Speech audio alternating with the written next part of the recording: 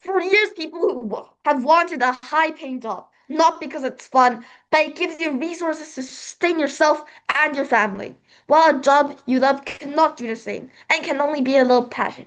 Instead, a high-paying job does not have to be boring or you are uninterested in it.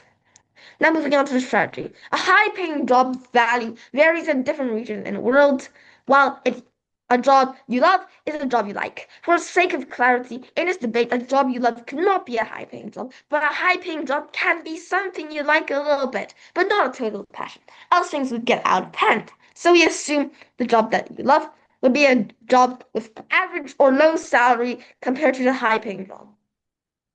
In the debate, we should only be able to choose one job and not both. High-paying jobs can make multiple ways for you to go, or in my words, there is flexibility. So now I'll prove to you that choosing high-paying jobs is better with my following arguments. Firstly, financial security and stress reduction. Most people believe that loving your job leads to happiness, but scientists argue that the biggest enemy of happiness is actually financial anxiety. A high-paying job allows you to build an emergency fund. When your car breaks down or you have a medical bill, it's a minor inconvenience instead of a life-ending disasters. Many families break down because they have a sickness that needs a lot of money for treatment, such as cancer. And with an emergency fund, it'll be so much better. Money buys access to better nutrition, gym memberships, and therapy. People in high-paying jobs or those in high society often have better health insurance, ensuring they can take care of their bodies. When you're poor, your brain is constantly calculating. This uses up mental energy. A high salary No, clears I. space, allowing you to be more relaxed and present in your personal life. Impact. A high-paying job creates a long-term mental stability. While you might be bored at work for 8 hours, you're peaceful and happy for the other 16 hours of the day. On the other hand, someone who loves their job but cannot afford their bills is stressed. Argument two. You don't need your job to be your hobby. Your job funds your hobby. Many people believe that if you love something, you should do it for a living. However, the market doesn't always value what we love. Most passion projects like traveling, racing cars, high-end photography, or starting a charity are quite No, risky. I. A low-paying passion job often leaves you too broke to actually do the thing you love at a high level. While your passion is your job, you have to please customers and bosses. For example, if you love painting but need to sell out to pay at dinner, you have to paint what other people want. By treating your job as a utility, like a power plant that provides energy, you protect your hobbies. You work the high-paying job to feel the 16 hours of the day when you're truly yourself. This leads to total personal fulfillment. It allows a person to excel in two worlds. They are a professional and successful expert at work and a well-funded, unstressed person in your private life. For these reasons, we are so proud to propose. Simple pleasure and joy of living one's best life is only exclusive to our side, and propositions need to prove us that the benefits of narrative are outweighed by the harm. Our team believes that it is much more important to have a job that you love than a high-paying job. This makes people generally healthier and happier and better motivated to go to work. Before I would like to move on to our team's two arguments, I would like to give a rebuttal to the proposition team. The Prime Minister has stated that you can have enough money to like take care of emergency situations or like take care of a body by gym sessions or therapy, but high paying jobs will often not come with breaks and you won't even have time at all. Even though you buy those gym sessions and therapy, you don't even have enough time to go there, or even in emergency situations, you don't even have enough time to deal with that either. Um, the first argument is our team's first argument is that it gives a better incentive. This is because high-paying jobs are most likely not to be the most likable job. If the high-paying job is a job you like, then good for you. You don't have to feel the pressure from society to have a better job or to do a job you like. But the problem occurs when the job you love is not as paying as you want. Why does this matter? This matters because if you were to do the thing you're really passionate about, your work and love for this job will most likely increase. Think about it. If you're passionate about gaming, then you'll become a gamer on YouTube and you're very likely to be very happy. So you'll be able to enjoy your job while enjoying your life. And because that emotion grows up inside you, the incentive to work harder will be greater. What does it look like? This is a world where, unlike the opposing side, we are able to enjoy and both earn a great profit from the job. While it may not be as financially profitable as the high paying job, because of the incentive to have a greater profit and enjoy it, there's a chance of having both entertainment and profit. Moving on to our team's second argument. Our team's second argument is that you will have better health. In our world, people will choose jobs they really love because since they enjoy what they want to do, they are less likely to feel pressure, or which is a huge impact on both mental and physical health. Well, when people are better with their careers, they feel more motivated, leading to a healthy life and a better experience at work.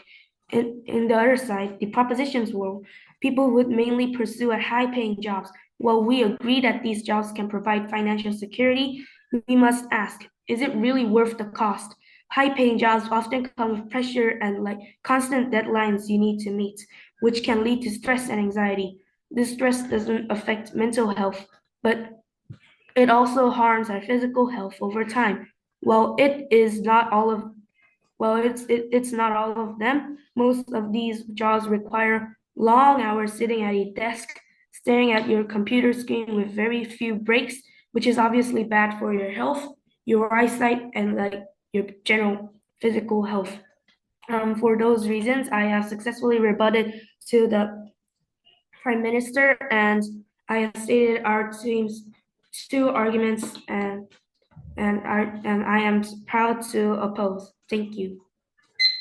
Now, so in this speech, I'll still do some rebuttals rebuilding, and I'll give out a third case. So first, rebuttals. They said that they'll have no time to go to gyms and things, and they have no break in the high like high money job. But the opposition acts like life only happens between like 9 a.m. to 5 p.m. But life also happens in the home you buy, the trips you take, and the retirement you earn. A high paying job is an investment. By earning more now, you can take a retire at 45 years old, while a passion worker has to work until when they're 70 years old because they have no savings. We are buying our freedom so we can spend the second half of our life doing exactly what we want, since we have the money to do it. Let me do some rebuttals first. They said that, if you love they said if you love what you do, you naturally become work harder and become good at it. There are and then the money will follow your passion. But the opposite is described as survivorship bias. We see the really famous person who is really successful, who made, like, for example, artists, really famous artist who made it and he's really rich. But we don't see millions of passionate people actually who remain poor.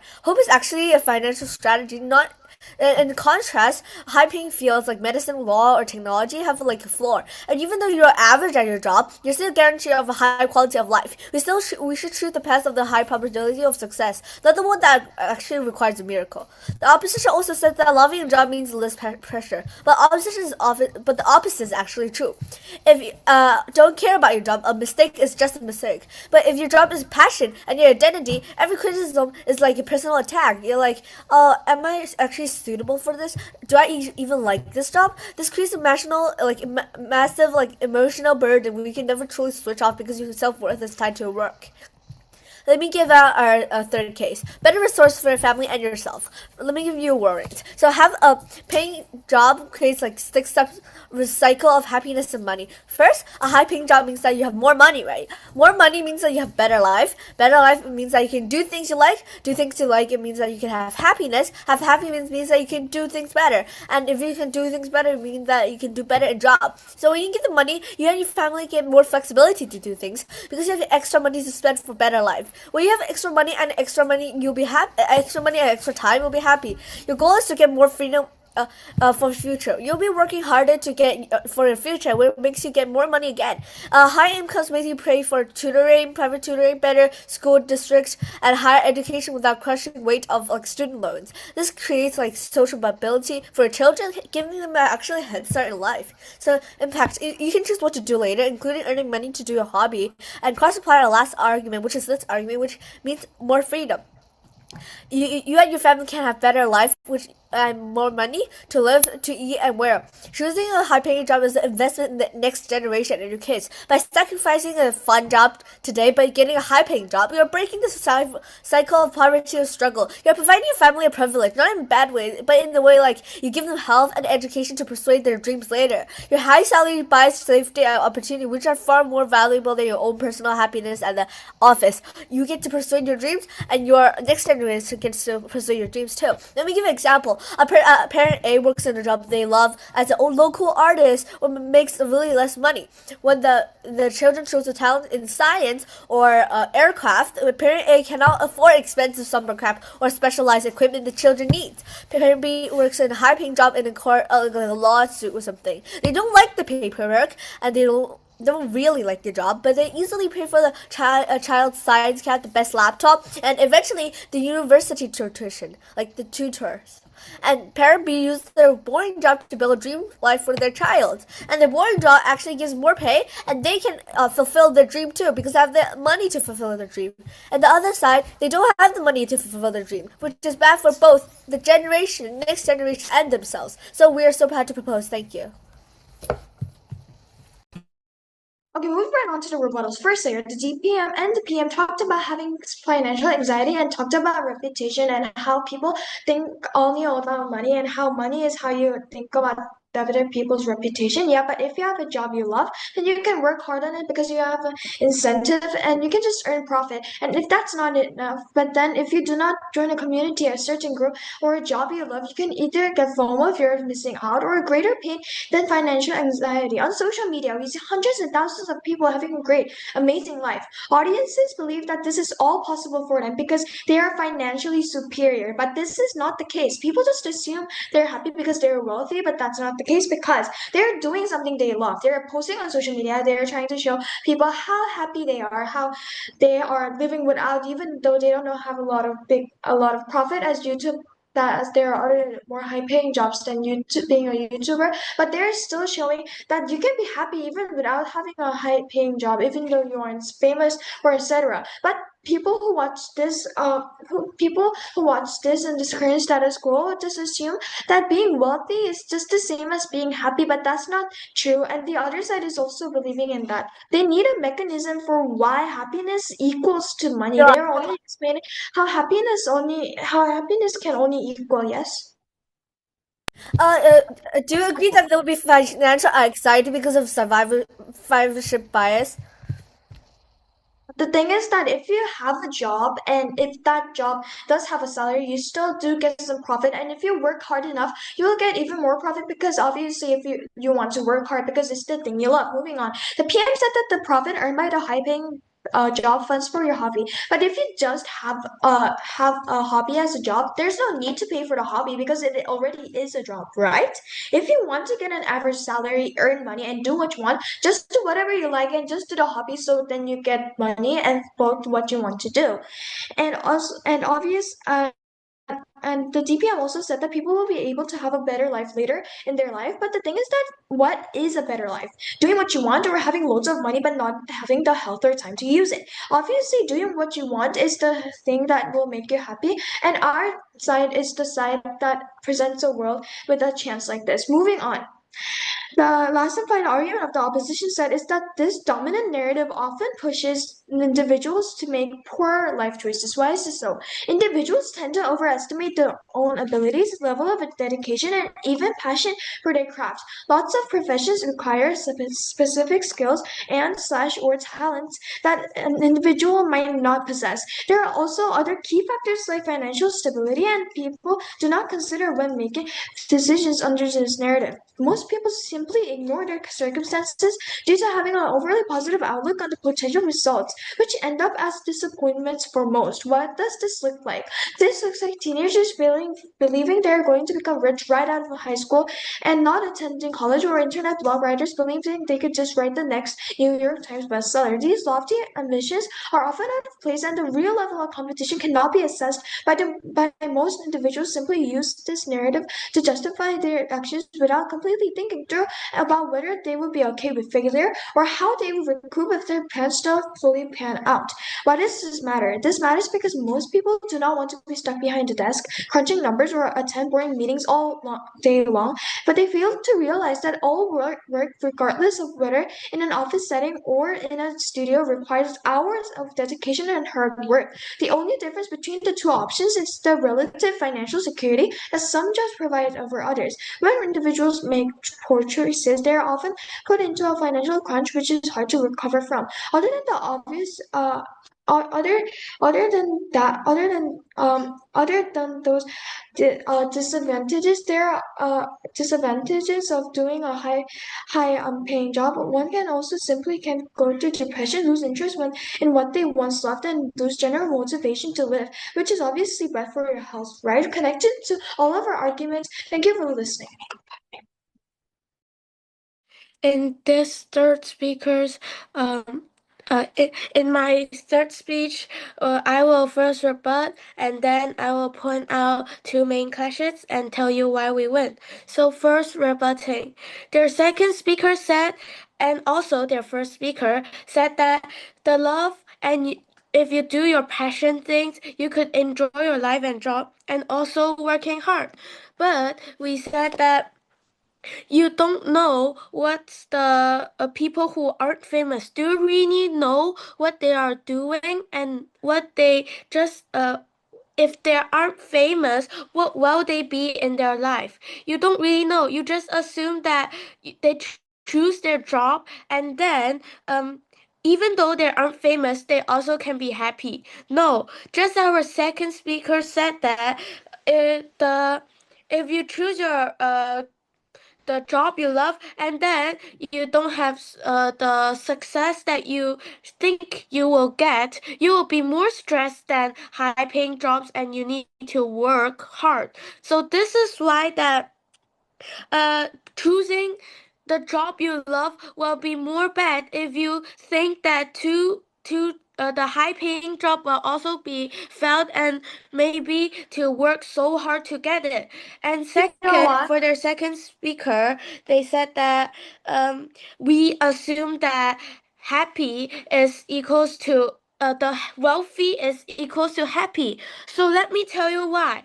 You get wealthy, you get money. So you can buy things, you can get more resources, and even you can fulfill your dream or hobby. This is why we assume that wealthy equals to happy because you have better life, like have things to wear, have things to eat, have things to live. And this means you have more resources. Also, you have extra You know money and why? time. Yes. Why do you keep on assuming that these jobs that people love are low-paying jobs? If they work hard because they have the motivation to do so, then won't they keep on getting higher wages? Because because in this motion we are trying to say for a high paying job and a job you love, we wanted to choose between it. So we assume that if so let me note it. If this two, it's same like your passion job is also a high paying job, this motion will not be here and we're not debating it. So we assume that the job you love will be a low average salary but not a high paying.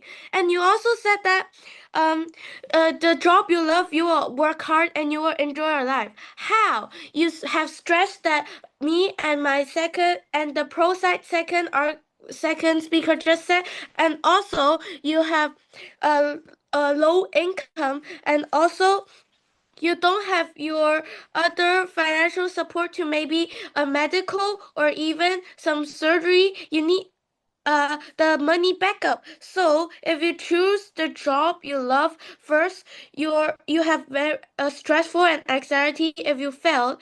Even though you success, you won't have so much money because we noted that the job you love maybe some maybe painting, maybe traveling, maybe car driving. Although you do something like one piece success, you don't have to don't have the extra money to do the job or maybe just live better for the next of your future.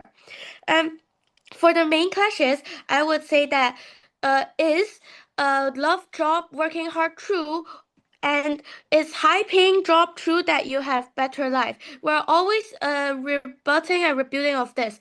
And I will say that high paying job will give better life because of the 6 step cycle we just mentioned second speaker's in our second speaker. And also high paying job could also be something that you like a little bit but not totally passion. So uh we will definitely say that choosing high paying job will be better than choosing the job you love.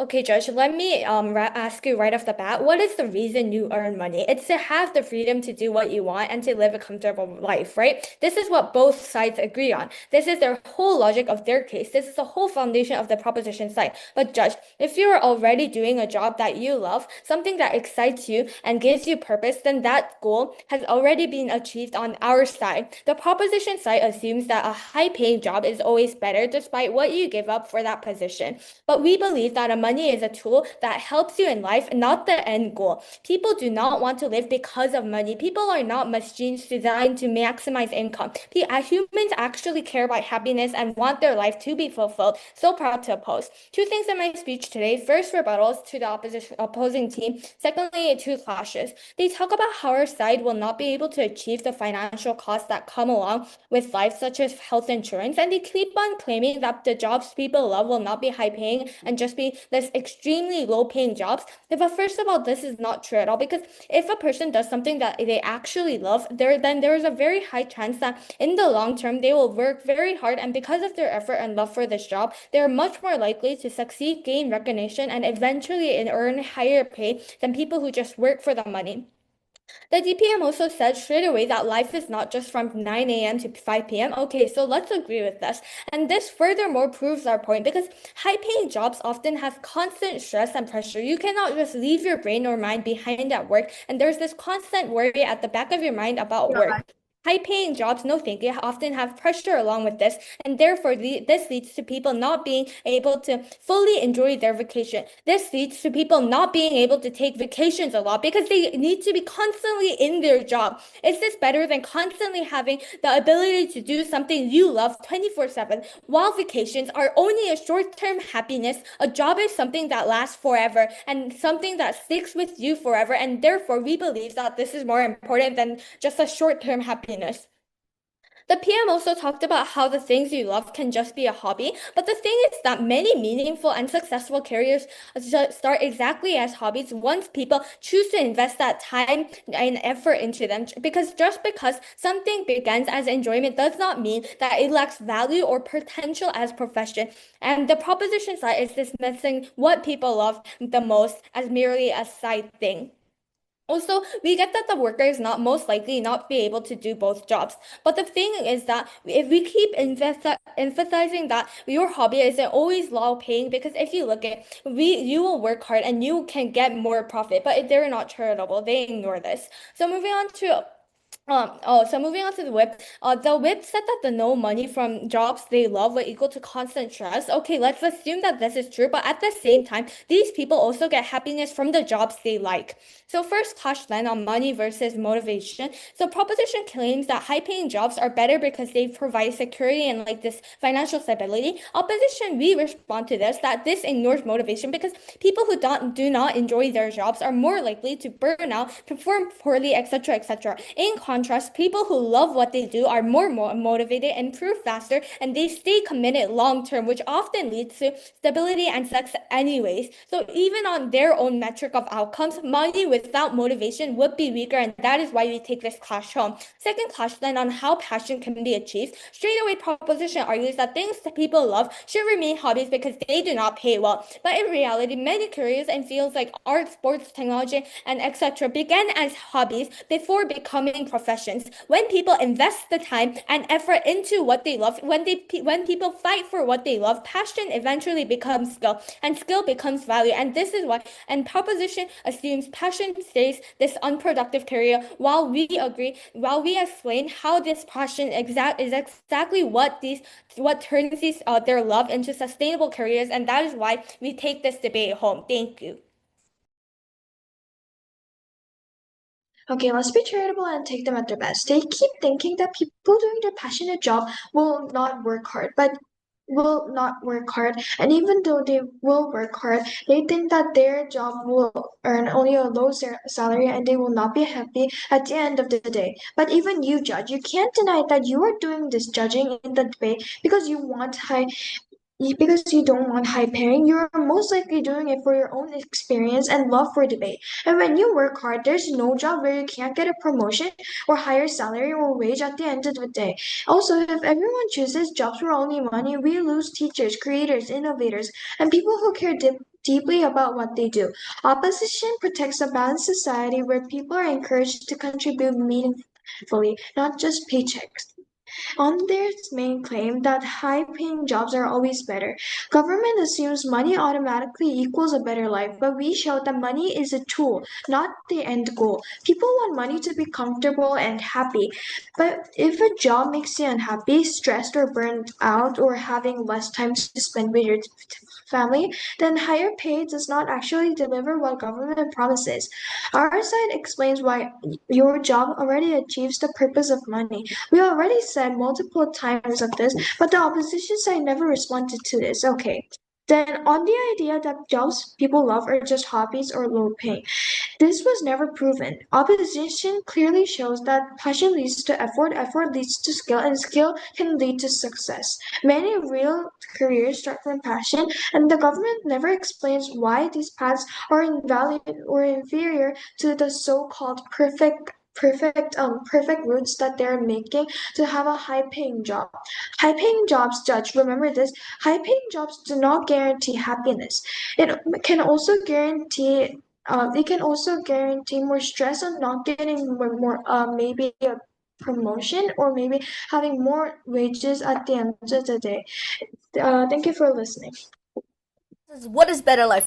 And their stance is that a better life it was one spent that you're following your heart and chasing your dreams at work. Our stance is that better life is one with a resource that actually achieve those dreams rather than a dream about them. So while we win this clash, we want that the point that showing chasing a dream isn't free. Whether it's like traveling worlds or starting a charity or supporting a family, these things require money. And the concept offers a dream job but no way to fund the dream life.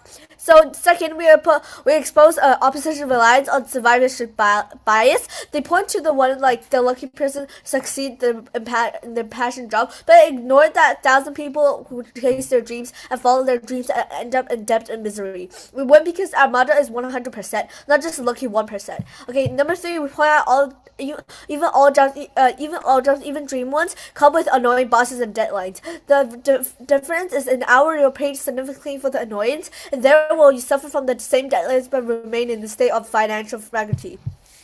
The second clash is financial anxiety. Their stance is that if you love your job, you work hard, you get good, and the money will eventually go up. Our stance is that happiness is not just loving your task. It's about the absence of survival-based fear. So while we win this clash, we win because we explain that contact hard work doesn't fix this immediate mental drain.